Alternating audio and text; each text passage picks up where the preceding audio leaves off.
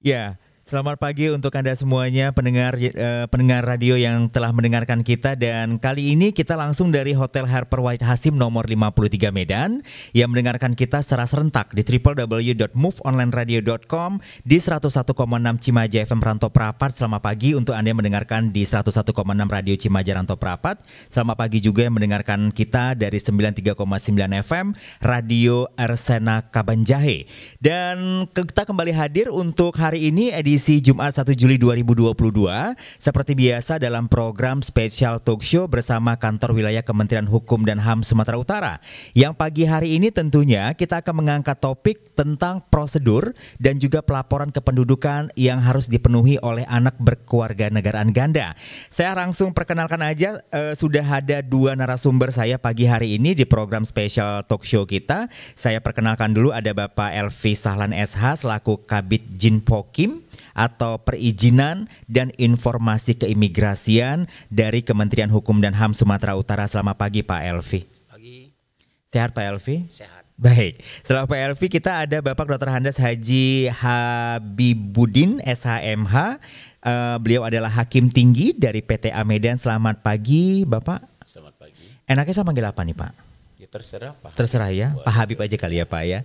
Selamat pagi Pak Habib tentunya. Dan untuk Anda nanti di segmen kedua yang mendengarkan kita secara serentak di 3 radio, boleh bergabung melalui HP, boleh bertanya langsung, atau juga nanti bisa menyampaikan pertanyaan Anda melalui WhatsApp di 0852 6077 9177. Sekali lagi di 0852 6077 9177. Nah, sebelum saya bertanya ke kedua narasumber saya mau membuka dulu kalau perbincangan kita pagi hari ini adalah runutannya Undang-Undang Nomor 12 Tahun 2006 tentang Kewarganegaraan Republik Indonesia yang pada prinsipnya tidak mengenal adanya kewarganegaraan ganda. Dalam Undang-Undang Nomor 12 Tahun 2006 ini juga ada mengenal istilah affidavit, ya, yaitu bentuk fasilitas keimigrasian yang diberikan kepada seorang anak pemegang paspor asing dan yang berkewarganegaraan ganda terbatas. Dan saya sepertinya cocok sekali langsung bertanya dulu, ini Pak Habib sama Pak Elvi dulu ya, Pak Habib kali ya, berbicara tentang keimigrasian. Yang ingin saya tanyakan kepada Pak Elvi, apa saja sebenarnya syarat dan bagaimana pula prosedur pengajuan affidavit bagi anak berkewarganegaraan ganda terbatas ini? Silakan Pak Elvi. Assalamualaikum warahmatullahi wabarakatuh. Waalaikumsalam Selamat warahmatullahi pagi wabarakatuh. dan salam sejahtera bagi kita. Saya Epi Sahlan, Kabid Jinpokim, Perizinan dan Informasi Kantor Wilayah Kementerian Hukum dan HAM, menindaklanjuti bagi warga negara asing yang mengajukan affidavit. 1. Mengajukan permohonan. 2. Mengisi formulir. 3. EKTP orang tua. 4. Kartu keluarga orang tua ataupun akte lahir. Oke. Akte perkawinan orang tua dan paspor yang masih berlaku. Dan paspor anaknya, ini yang bisa mendapatkan affidavit yang dikeluarkan oleh Direktorat Jenderal Imigrasi, langsung diterbitkan oleh kantor imigrasi yang dituju tempat di mana yang bersangkutan berada. Oke, jadi pengajuannya itu bisa ke kantor imigrasi di mana tempat kita berada, begitu ya, Pak Elvi ya. Baik, kalau tadi sepertinya itu persyaratan-persyaratannya. Prosedurnya seperti apa? Kalau tadi kan Pak Elvi baru bilang persyaratannya seperti itu. Prosedur pengurusannya? Pengurusan awal mulanya mengajukan ke kantor imigrasi. Setempat ya. Kantor imigrasi beserta misalnya kantor imigrasi Polonia, kantor imigrasi Jalan Binjai kelas 1 khusus, atau kantor imigrasi Belawan. Di mana ada kantor imigrasi dapat mengajukan, dan kantor imigrasi memberikan surat untuk diajukan ke Direktorat Jenderal Imigrasi agar memberikan keputusan tentang untuk memperoleh affidavit. Oke, seperti itu ya. Baik, Pak Elvi, ini bagaimana kejadiannya kalau status anak yang berkewarganegaraan ganda ini jika sudah melewati batas usia 18 tahun? Jadi mungkin seseorang itu boleh memiliki 2 kewarganegaraan kan di usia di bawah 18 tahun. Setelah 18 tahun dan belum memilih kewarganegaraannya juga, biasa apa yang dilakukan? Yang bersangkutan bisa mengajukan ke Kanwil Kementerian Hukum dan HAM Sumatera Utara di mana dia tempat tinggal, atau dia bisa mengajukan dan itu langsung mengajukan ke Direktorat Jenderal HAU ada di Kementerian Hukum dan HAM Rasuna Said yang bersangkutan bisa mendapatkan kewarganegaraan. Kewarganegaraan. Berarti memang harus diajukan ya? Diajukan. Nah, seandainya mereka lupa atau mengajukannya, ada tindakan lain nggak, PLV? Dia tindakan lainnya yang maksudnya? Tindakan lain yang dilakukan oleh pihak Kementerian Hukum dan HAM, ternyata si anak ini udah melewatin batas usia 18 tahun tapi belum memilih warga negaranya juga.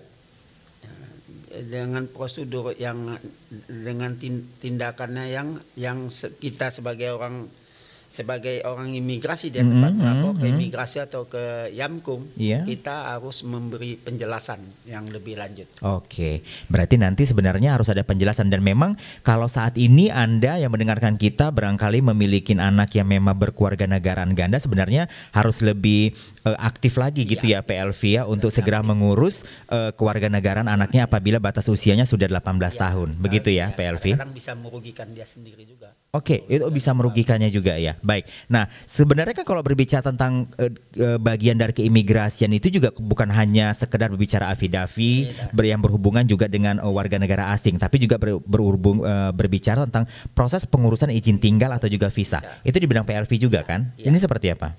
Pengurusan visa itu dapat dilakukan bagi orang-orang asing yang akan datang ke Indonesia, baik melalui konsulat kita atau kedutaan kita di luar negeri. Pertama kali yang bersangkutan akan ada dua visa yang visa kunjungan atau visa on arrival, visa saat kedatangan.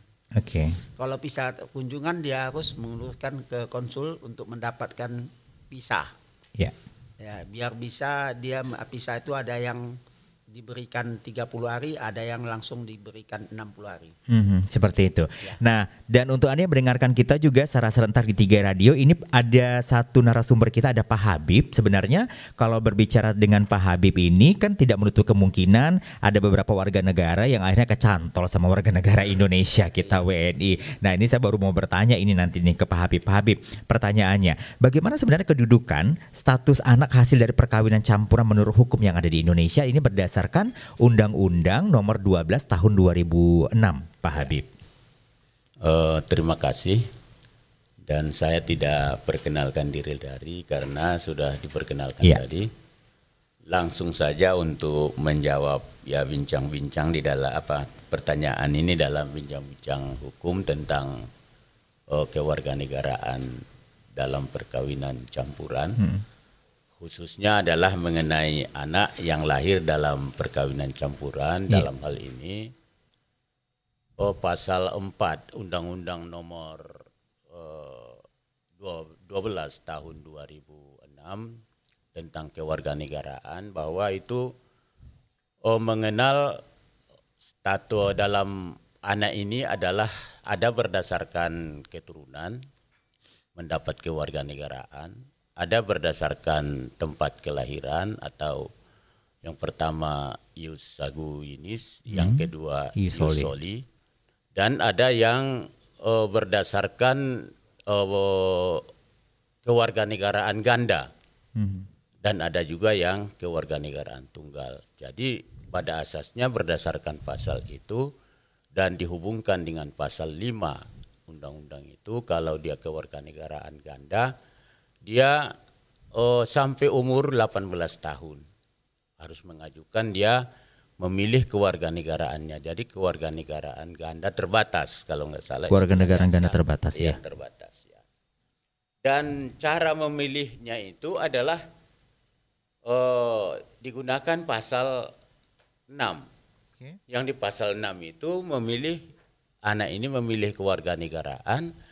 Umur 18 tahun dia wajib memilih, tidak memilih dalam jangka 3 tahun, tenggat waktunya dia tidak memilih, maka dia dianggap lepas sebagai warga negara Indonesia. Oke, berarti ada di pasal 6 itu ada diatur tenggat waktu 3 tahun ya Pak Habib ya? Oke, maka dia lepas. Ya. Oke, ada lagi? Ya mungkin cukup. Itu aja ya. Oke, baik. Kan statusnya kan kewarganegaraan. Kewarganegaraan. Nah, itu mungkin sudah jadi di pasal 4 itu ya warga negara lahir perkawinan yang sah. Jadi di dalam anak ini tidak memandang dia anak yang sah Atau? dari perkawinan yang sah Oke. atau perkawinan yang tidak sah. Oke. Jadi kedudukan status Kedudukannya. anak tidak memandang dalam kewarganegaraan, tidak memandang tentang status perkawinan yang sah atau perkawinan yang tidak sah. Itu di pasal 4 diungkapkan itu. Baik, Pak Habib, ini saya bicara sah dan tidak sah, ini pertanyaan kedua adalah pernikahan yang dilaksanakan di luar Indonesia yang dikatakan sah itu sebenarnya seperti apa sih Pak Habib? Jadi kalau pernikahan di luar negeri adalah sah apabila dilakukan berdasarkan hukum yang berlaku di tempat itu. Di negara tersebut? Dia di negara tersebut. Dan khusus untuk orang Indonesia adalah harus berlaku Undang-Undang Nomor 1 tentang perkawinan. Undang-Undang Nomor 1 ya. Itu panduannya adalah pasal 56 Undang-Undang Nomor 1 tahun 74 tentang perkawinan yang diubah dengan Undang-Undang Nomor 16 tahun 2019. Oke. Jadi dalam rangka setelah apa itu ada surat keterangan bahwa mereka ini adalah sudah melakukan perkawinan. Ada keterangan dari tempat menikah itu dilakukan secara apa? Kan gitu ya. Dijelaskan di dalam keterangan itu dijelaskan dilakukan secara apa? Jadi nanti pada saat dia kembali ke Indonesia, dalam jangka waktu 1 tahun, yang ayat 2-nya itu dia harus mendaftarkan di mana dia tempat tinggalnya itu. Oke. Nah, Tempat kalau tinggal di dia Medan di Medan misalnya. Dia daftarlah di Medan, tak perlu ke Jakarta Pusat, kan gitu ya. Oke. Baik, di mana tempat dia bertinggal dan sesuai dengan KTP-nya berarti ya Pak Habib ya.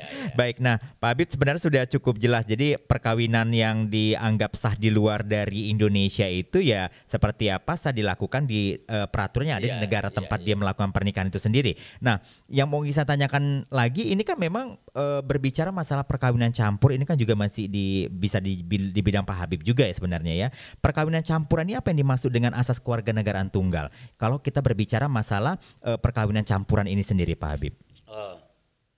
Jadi kalau prinsipnya sebenarnya asas kewarganegaraan tunggal ini ya pada asasnya sebenarnya setiap orang hanya mempunyai satu kewarganegaraan. Itu kan asasnya sebenarnya. Asasnya. Jadi dengan sebab dia menikah, ya bisa saja nanti dapat dia warga negara baru. Oke. Dia lepas warga negaranya yang ada, kan bisa ya. Nah, itu kan pasal 58 ya, Undang-Undang 1 tahun 70. Atau dia dengan memilih dia, saya ikut suami atau ikut ini. Jadi bisa saja ia mengikut kewarganegaraan istrinya atau mengikut kewarganegaraan suaminya. Suaminya kan. Oke. Jadi asasnya itu satu cuman di kewarganegaraan. Di kita di Indonesia Undang-Undang Nomor 12 itu menganut itu. Iya. Makanya setiap orang ya kalau di pasal 3 setiap orang sebelum undang-undang ini diundangkan adalah warga negara Indonesia. Tidak ada yang lain. Oke. Sebelum Undang-Undang Nomor 12. Oke. Dan Undang-Undang Nomor 12 tahun 2006 ini ada yang baru. Iya. Yang sebelumnya sudah ada 2 undang-undang, tapi dengan adanya ini tidak diberlakukan. Oke, baik. Nah, ini yang berlaku sekarang. Dah, itu tadi sudah cukup jelas berarti ya. Jadi bagaimanapun ceritanya memang harus tetap menganut satu warga negara sesuai dengan rujukan dari Undang-Undang Nomor 12 tahun 2006 ya, Pak Habib ya. Kita harus break dulu Pak Habib dan juga Pak Elvi. Kita nanti kembali lagi di segmen kedua. Anda yang mendengarkan kita secara serentak di 3 radio di www.moveonlineradio.com dan juga mendengarkan kita dari 101,6 FM Radio Cimajaran Top Rapat, yang mendengarkan kita juga dari 93,9 Radio Arsana Kabanjai. Saya punya informasi khusus dari Hotel Harper. Di hari ini kebetulan hari ulang tahun Kota Medan yang ke-432.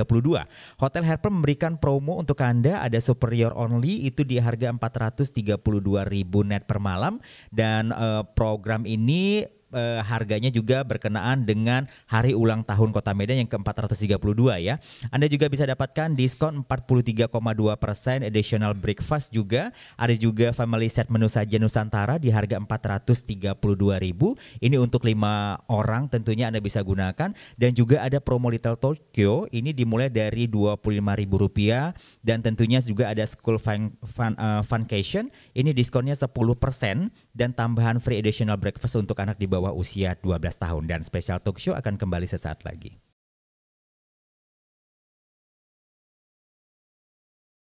Ya baik, kembali lagi dari Hotel Helper Jalan Wahid Hasim nomor 53 Medan dan kita masih di program Special Talk Show yang disiarkan secara serentak di www.moveonlineradio.com di 101,6 FM Radio Cimaja Rantau Prapat dan juga di 93,9 Radio Arsana Kabanjahe.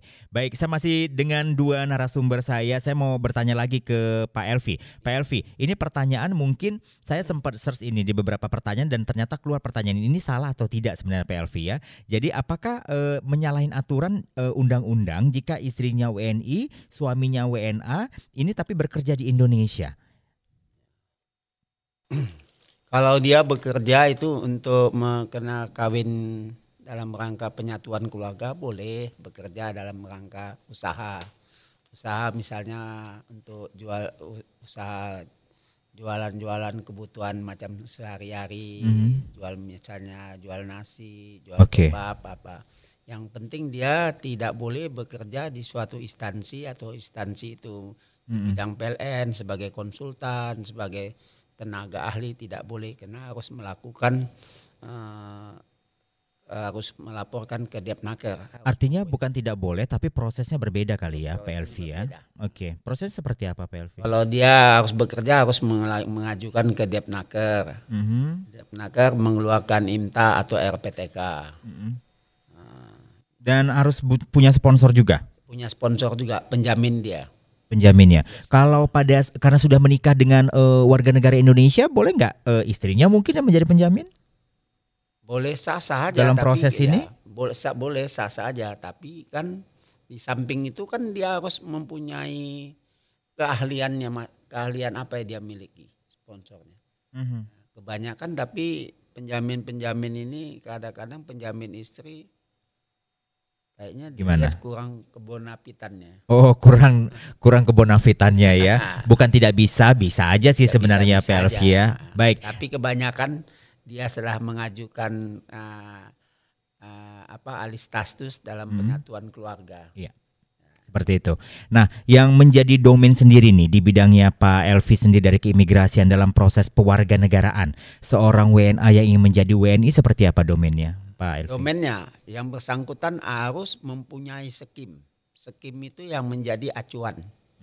Ini sudah pada level tingkat tertinggi berarti skim ini? Skim. Oke ya. Skim ini dia hampir 95% sudah bisa memiliki kewarganegaraan. Sudah bisa menjadi WNI. Ya. Selain itu? Selain itu dia sebelum dia menjabat dia berusahalah supaya bisa mendapatkan WNI.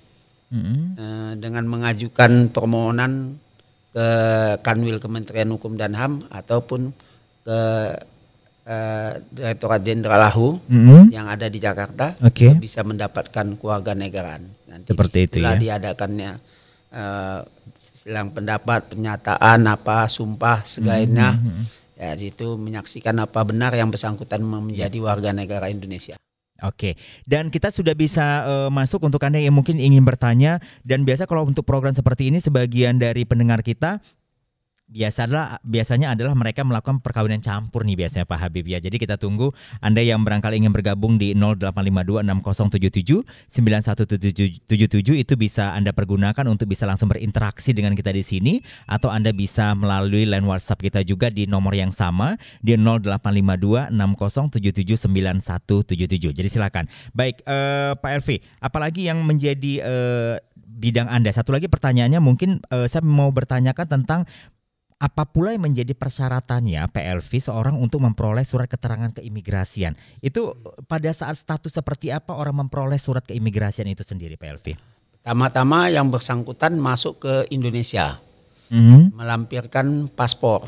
Ya. Paspor. Ada yang mengajukan pisah melalui konsulat Indonesia yang ada di luar negeri atau di embassy kita, atau yang mengajukan saat kedatangan, visa on arrival saat kedatangan di bandara. Visa itu dapat diberikan hanya dua, visa kunjungan ataupun visa sosial budaya saat kedatangan. Visa kunjungan atau juga visa sosial budaya. Kita angkat dulu penelpon yang masuk yang ingin berinteraksi dengan kita. Halo, selamat pagi. Sebutkan nama dan dari daerah mana, silakan. Rantau Prapat. Dengan Ibu siapa? Hindun. Halo, Ibu? Ibu Nurul. Indun. Oke, Ibu Hindun silakan dari Rantau Prapat, pertanyaannya. Halo? Iya, silakan Ibu Hindun, pertanyaannya langsung disampaikan. Kita mendengarkan di sini. Ya. Iya, saya ini dari Rantau Prapat. Yang jelas kita di radio 101,6. Ya, ini kepada Pak Habib. Ya, ada 3 pertanyaan yang saya tanya. Pertama, sebaiknya ketika umur berapa tahun si anak itu didaftar?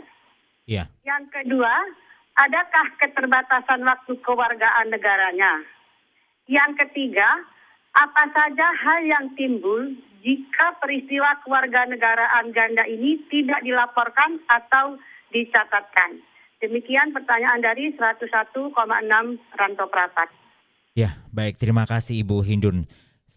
Saya jelaskan juga untuk Anda barangkali yang ingin bertanya, barangkali bisa mengecilkan nanti volume radio Anda supaya Anda nanti tidak terdengar delay mendengarkan program kita ya. Dan silakan lagi nanti Anda masih bisa pergunakan line teleponnya, Anda bisa pergunakan di 0852 6077 9177. Pertanyaan untuk Pak Habib. Pak Habib, seperti apa Anda menjawab sebenarnya pada saat umur berapa untuk anak ini segera melakukan laporan untuk bicara masalah warga negara? Silakan Pak Habib. Jadi kalau sebaiknya sebenarnya kalau kita lihat berdasarkan Undang-Undang Nomor 35 Tahun 2014 tentang perlindungan anak yang dirubah dengan yang pertama adalah Undang-Undang Nomor 23 Tahun 2022. Itu sebenarnya kalau di situ ya semuanya aturannya untuk kepentingan anak. Iya. Ya. Jadi kalau kepentingan anak ya sebaiknya ya itu menurut orang tuanya sendiri yang cocok untuk anak itu. Karena dia ya kalau kita lebih jauh nanti ya ini kewarganegaraan. Kalau kewarganegaraan mungkin lain, hanya batas maksimal yang ditentukan itu umur 18 tahun. Tidak memilih, diberikan tenggat waktu 3 tahun. 3 tahun. Persis berumur dia 21 tahun. Okay. Kalau undang-undang di Indonesia, karena berbagai umur itu berbeda ketentuannya, tetapi di dalam undang-undang yang untuk kedewasaan seseorang itu adalah umur 21 tahun. Oke, umur 20. Sedangkan undang-undang perkawinan menyatakan itu izin itu umur menikah, izin kawin itu umur 19 tahun. Sudah sama antara laki-laki dan perempuan. Mana yang lebih bagus? Oke. Iya, kalau dia harus di bawah 19 tahun masih harus dapat izin untuk menikah dari pengadilan. Izin orang tua sudah ini. Berarti umur 18 tahun batas. Makanya kepada di waktu diadakan ini di Siantar bahwa dianjurkan bahwa hasil perkawinan campur perca katanya istilahnya perca. Itu harus mendaftarkan anaknya secepat mungkin sebelum batas waktu umur 18 tahun. Oke. Supaya tetap menjadi kewarganegaraan Indonesia. WNI ya. Dan itu barangkali untuk Ibu Hindun. Tadi sebenarnya ada dua poin pertanyaan lagi tadi dari Ibu Hindun ya. Masalah latar belakang seperti apa nanti untuk pengurusan dari proses menjadi warga negara, seorang anak menjadi warga negara Indonesia ini sendiri? Itu barangkali tadi ke Pak Elvi. Silakan Pak Elvi. Proses jadi warga negara pertama-tama yang bersangkutan harus mempunyai SKIM, surat keterangan keimigrasian yang dapat diperoleh dari Kementerian Hukum dan HAM. Itu yang bersangkutan harus mempunyai surat keterangan imigrasi, bisa langsung mendapatkan kewarganegaraan. Oke, seperti itu ya, Pak Elvi. Baik, kita mau lanjut dulu ke Pak Habib. Pak Habib, kalau tadi kita sudah ada pertanyaan yang masuk dari Ibu Hinur Rantau Prapat juga, dan yang ingin saya tanyakan karena tadi juga sudah berbicara tentang seperti apa bahwasanya bertanya anak itu kembali ke orang tuanya kalau bisa sebelum 18 tahun itu sebenarnya sudah didaftarkan, walaupun ada undang-undang memberikan tenggat. Itu batas ya Pak ya. Walaupun dan sebenarnya masih ada tenggatnya 3 tahun. 3 tahun ya. 18, umur 19, 20, 21. Nah, kalau tidak bertindak atau berbuat, berarti lepas dia kan. Oke, baik. Dan pertanyaan selanjutnya saya mau menanya tentang proses perceraian yang terjadi nih Pak Habib. Bagaimana proses perceraian yang terjadi dengan perkawinan perca tadi nih Pak Habib ya? Untuk proses seperti apa? Jadi kalau dia proses perceraian itu kan berdasarkan istilahnya ada perceraian kalau ada pernikahan. Ya. Kan gitu ya. Kalau tidak ada pernikahan, tidak ada perceraian. Ya, kalau ada pertemuan katanya ada perpisahan gitu ya. Nah, jadi untuk menentukan di mana dilakukan perpisahan itu adalah tergantung perkawinannya. Kalau PP 9, Peraturan Pemerintah Nomor 9 Tahun 75, itu menyatakan bahwa pernikahannya dilakukan secara Islam, dicatatlah di kantor urusan agama. Kalau selain perkawinan Islam, dicatat di catatan sipil.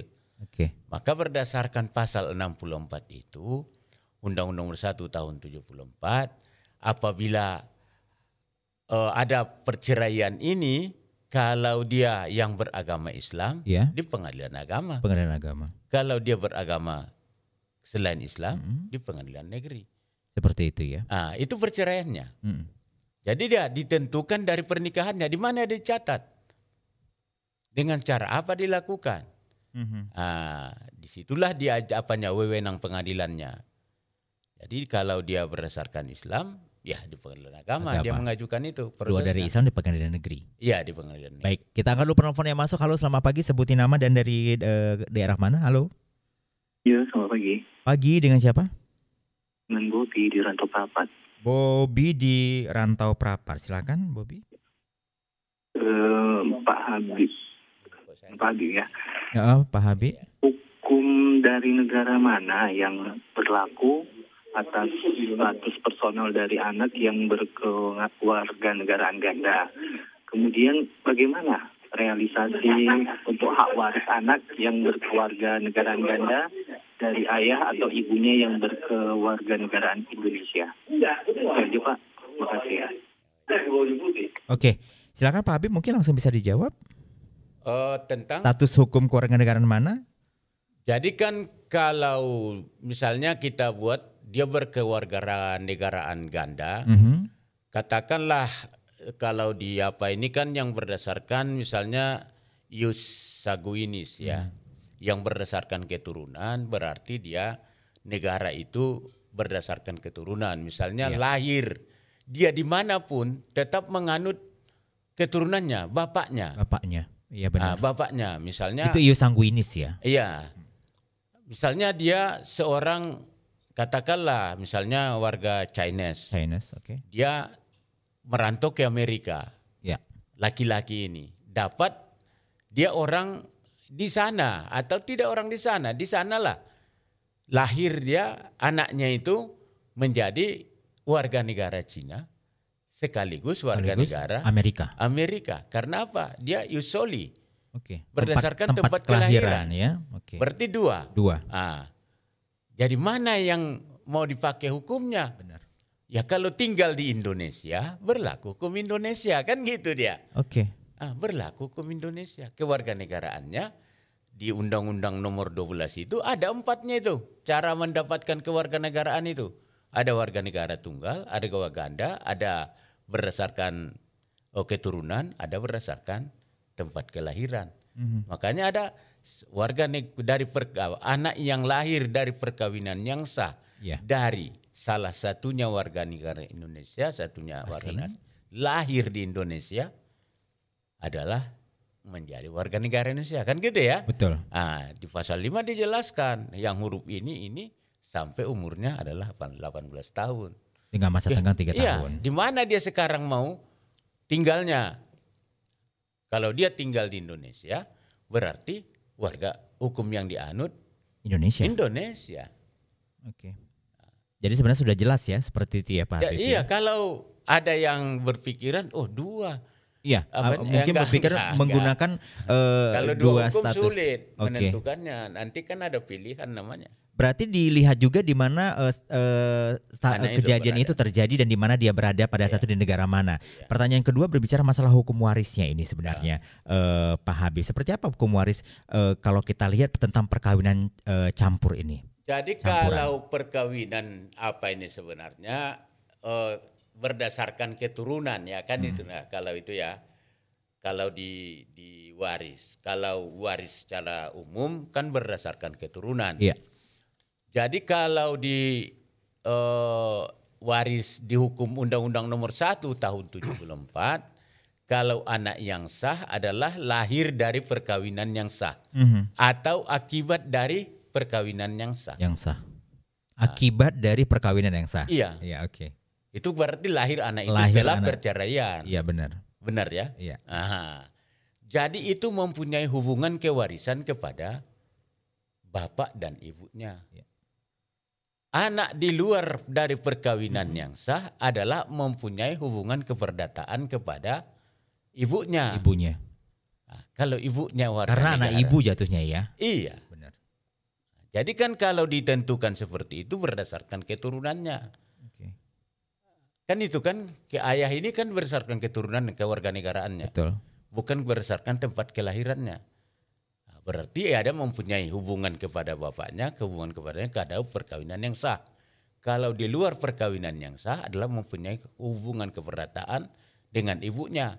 Berarti hak warisnya adalah ke ibunya saja. Oke. Kan gitu ya? Betul. Kalau waris. Jadi itu kan kalau secara lebih apalagi hukum Islam itu kan syarat mendapatnya sebagai dia waris adalah karena pernikahan, karena keturunan, dan karena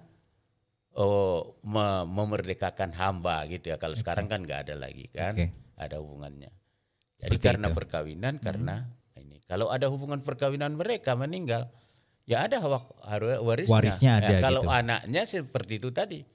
Kalau sah perkawinannya kepada ibu dan bapaknya. Tapi kalau tidak itu ibunya ya. Ibunya saja. Hanya ibunya saja. Itu Undang-Undang Nomor 1 tahun 74. Baik, Pak Habib dan Pak Elvi, nanti kita balik lagi break lagi. Kalau nanti di sesi selanjutnya saya ingin bertanya juga nanti karena kita udah berbicara masalah waris, nanti saya akan berbicara masalah hak asuh ya Pak Habib ya. Boleh. Untuk perkawinan campur ini. Dan kembali saya ingatkan untuk Anda yang mendengarkan kita secara serentak di 3 radio, silakan Anda bisa nikmatin program menarik dari Hotel Harper di Medan. Itu dalam program Hari Ulang Tahun Kota Medan hari ini jatuhnya ke 432.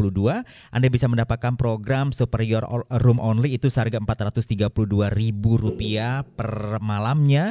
Dapatkan juga diskonnya 43,2%, ada additional breakfastnya juga.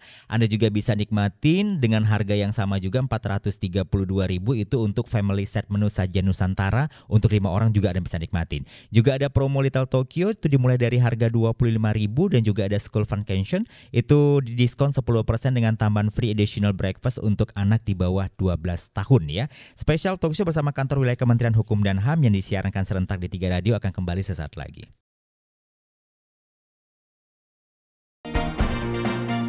Baik, kita kembali lagi dari Hotel Harper Medan, Jalan Wahid Hasim nomor 53. Dan saya masih bersama kedua narasumber istimewa saya, tentunya siap menjawab pertanyaan Anda. Apalagi nanti kalau jawabannya pertanyaan itu ke Pak Habib, ini pasti bakal detail untuk dijawab Pak Habib ya. Dan juga Pak Elvi. Pak Elvi, ini pertanyaan ke Anda di segmen ketiga ini. Pertanyaannya saya ingin bertanya tentang pengawasan. Jadi kalau tadi di segmen pertama Anda sudah menjelaskan proses, Anda sudah menjelaskan cara. Saya pengawasan berarti di bidang Pak Elvi juga ya. yang ingin saya tanyakan sebenarnya seperti apa keterlibatan dari keimigrasian sebenarnya PLV dalam melakukan pengawasan terhadap orang asing yang ada di wilayah mungkin kita bilang Medan lah saat ini ya tempat kita berada. Seperti apa PLV? Kita melakukan pengawasan bersama tim PORA, tim pengawasan orang asing tingkat Kota Madia dan Kabupaten atau tingkat provinsi atau tingkat pusat. Melakukan pengawasan bersama tim PORA tadi. PORA siapa aja nih dalamnya Pak Alfi kalau berbicara tim PORA? Terkait itu seperti kepolisian, TNI, kejaksaan, Departemen Agama, catatan sipil, terus itu di samping itu dinas pendidikan. Oke, itu yang tergabung dalam tim PORA itu sendiri. PORA, ya. Oke, apalagi pengawasannya Pak Elvi? Pengawasannya melakukan pengawasan orang-orang asing yang berada di suatu perusahaan, apakah benar pemegang. Oh, berarti pemeriksaan ya? Pemeriksaan. Pemegang izin tinggalnya apa? Bekerja sebagai apa? Ada surat dari Depnakernya atau tidak ada? Itu yang perlu kita diperiksa ya. Dan pertanyaannya sebenarnya melibatkan masyarakat dalam bentuk apa? Apakah tadi sempat disinggung ada Forkompinda juga, berarti ada forum masyarakat setempat yang juga dilibatkan untuk mengawasin hal ini. Ini seperti apa Pak Elvi? Kalau masyarakat menginformasikan dari masyarakat, laporan kadang-kadang masyarakat melaporkan kepada imigrasi tentang keberadaan orang asing itu. Apa benar orang asing ini tinggal di Indonesia, bekerja, mempunyai izin tinggal atau tidak mempunyai izin tinggal? Ya. Tapi kebanyakan ada izin tinggalnya. Kebanyakan ada izin tinggalnya. Nah, ini ada waktunya nggak sih Pak Alfi ketika mau mengadakan pemeriksaan ini sendiri, dan biasanya tempat-tempat mana yang dianggap ini memang banyak orang asing ya yang bisa untuk diperiksa? Berarti yang kita lakukan sesuai dengan tim pengawasan tim PORA imigrasi ataupun tim Kominda Sumatera Utara, itu kita mengawaskan orang-orang asing yang ada di wilayah seperti pariwisata? Tempat-tempat pariwisata mungkin? Bukan, di perusahaan-perusahaan. Perusahaan-perusahaan. Di Mabar itu ya. Oke. Nah, di Mabar itu kita melakukan kegiatan sana pengawasan. Pengawasan di sana. Berarti perusahaan-perusahaan yang berstatus PMA kali ya? Penambang modal asing ya. Nah, di sana itu juga diperiksa. Dan yang ingin saya tanya, saya pernah beberapa waktu itu datang ke beberapa tempat termasuk di hotel, ini juga banyak informasi tentang pemantauan orang asing. Itu berarti dipantau juga? Dipantau. Jadi petugas hotel harus memberi laporan kepada imigrasi. Oh, begitu. Tentang keberadaan orang asing yang ada inap atau tinggal beberapa waktu, harus melaporkan kepada imigrasi. Itu kewajiban seorang yang memiliki hotel. Oke, jadi hotel juga ini sebagai tempat mungkin dijadikan tempat menginap bagi orang asing, ada kewajiban juga bagi pihak hotel untuk melaporkan keberadaan orang asing tersebut ya. Oke, baik. Saya mau kembali ke Pak Habib. Ini belum selesai pertanyaan saya di kedua, dan saya sambung di pertanyaan ketiga saya berbicara tentang hak asuh ini Pak Habib. Bagaimana bicara tentang hak asuh anak dengan ayahnya WNI dan ibunya WNA sendiri Pak Habib secara peraturan kita yang ada di Indonesia? Terima kasih. Jadi kalau hak asuh ini sebenarnya kalau Undang-Undang Nomor 1 Tahun 74 juga sudah mengatur hak asuh, dan kalau secara ya katakanlah yang ngatur berdasarkan hukum Islam juga sudah diberlakukan di Indonesia ya melalui kompilasi hukum Islam. Dan tentang hak asuh ini ya sebenarnya semua itu kan sekarang udah bergeser kepada pengertian yang lebih menjurus kepada perlindungan anak. Yaitu Undang-Undang Nomor 35 Tahun 2014 tentang perlindungan anak. Jadi tentang perlindungan anak ini, maka di sini adalah untuk mengasuh anak ini harus ada pertimbangannya perlindungan. Nah, istilahnya tuh terbaik untuk anak gitulah. Oke. Terbaik untuk anak.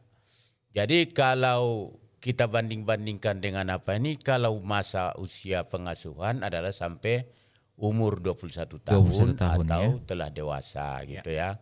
Atau kalau lebih khusus lagi yang diatur di dalam kompilasi hukum Islam itu pasal 105 untuk hak ya, itu hak namanya. Pasal 105 untuk hak. Jadi 105 huruf A untuk hak. Anak yang belum berumur di bawah 12 tahun adalah hak ibunya. Hak ibunya. Hak ibunya ya. Tapi apa mesti itu? Tapi harus dilihat juga lagi kepentingan untuk anaknya itu. Itu kan hak tadi ya. Oke. Hak. Tapi dilihat lagi kepentingan si anak.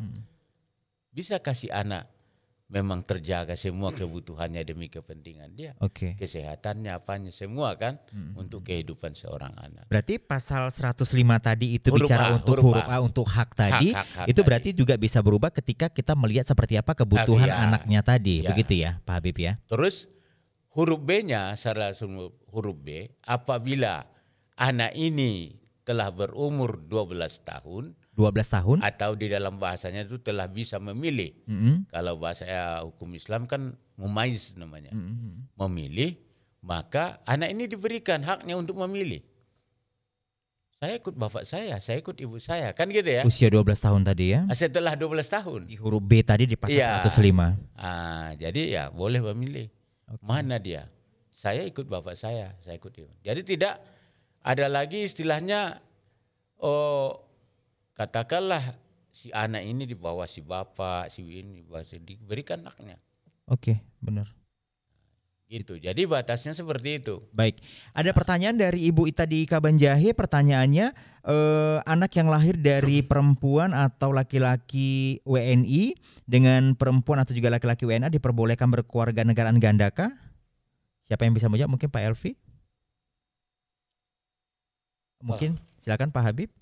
Jadi kalau makanya tadi di dalam anak warga negara Indonesia, satu warga negara asing, bapaknya lahir dari perkawinan yang sah, dan dia lahirnya di mana? Kita bilang di Indonesia kali ya. Berarti dia adalah warga negara Indonesia. Maka di pasal 5 itu dia termasuk yang kewarganegaraan ganda terbatas tadi. Balik ke warga negara ganda terbatas ya. Boleh dia. Boleh. Nanti pada saat dia 18 tahun ngajukan kewarganegaraan. Baik, seperti itu untuk Ibu Ita yang bertanya di Kabanjahe. Dan karena waktu kita juga sudah sangat terbatas, saya pengen langsung aja ke Pak Elvi. Pak Elvi, apa yang pengen Anda sorotin menjadi closing statement Anda ketika berbicara tentang prosedur dan juga pelaporan kewarganegaraan yang harus dipenuhi oleh anak berkewarganegaraan ganda, atau juga berbicara tentang status kewarganegaraan ganda dalam hukum Indonesia? Sebelumnya untuk mendapatkan warga negara Indonesia dalam artinya bagi yang warga negara asing yang mempunyai keturunan yang apidapit, sebelumnya itu kan harus mempunyai skim. Dalam mempunyai skim itu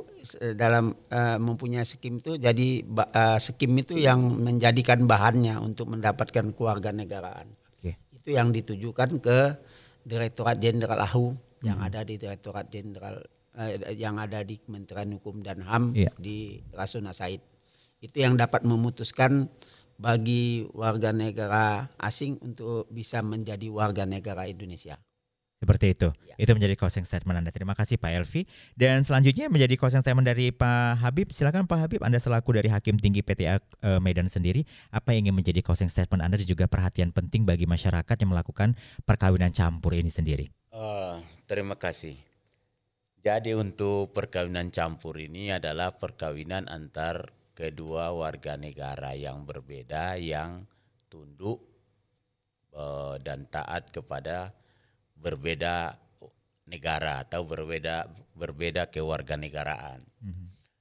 Jadi ada yang berbeda kewarganegaraan ini adalah untuk menjadi warga negara Ada berdasarkan perkawinan yang sah, ada berdasarkan perkawinan yang tidak sah, dan anak yang lahir juga menentukan kewarganegaraan di Indonesia. Dari perkawinan yang sah dan perkawinan tidak sah adalah sudah diatur di dalam pasal 4 Undang-Undang Nomor 12 Tahun 2006.